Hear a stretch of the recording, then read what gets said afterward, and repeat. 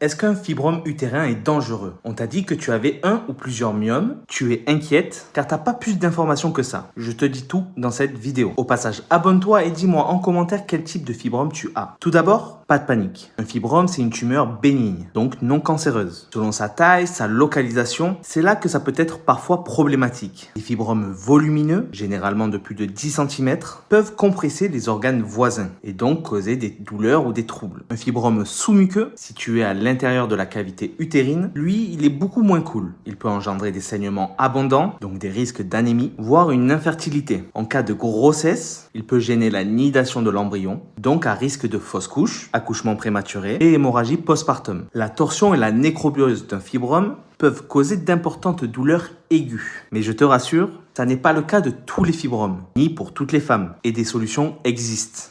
Je t'ai déjà fait plein de vidéos sur le sujet. Tu tapes Ginger Fibrome sur internet pour avoir toutes les informations sur le sujet et tu télécharges l'application Ginger qui est faite pour ça. Et pense à t'abonner. Est-ce qu'un fibrome utérin est dangereux? On t'a dit que tu avais un ou plusieurs myomes, tu es inquiète car t'as pas plus d'informations que ça. Je te dis tout dans cette vidéo. Au passage, abonne-toi et dis-moi en commentaire quel type de fibrome tu as. Tout d'abord, pas de panique. Un fibrome, c'est une tumeur bénigne, donc non cancéreuse. Selon sa taille, sa localisation, c'est là que ça peut être parfois problématique. Les fibromes volumineux, généralement de plus de 10 cm, peuvent compresser les organes voisins et donc causer des douleurs ou des troubles. Un fibrome sous-muqueux, situé à l'intérieur de la cavité utérine, lui, il est beaucoup moins cool. Il peut engendrer des saignements abondants, donc des risques d'anémie, voire une infertilité. En cas de grossesse, il peut gêner la nidation de l'embryon, donc à risque de fausse couche, accouchement prématuré et hémorragie postpartum. La torsion et la nécrobiose d'un fibrome peuvent causer d'importantes douleurs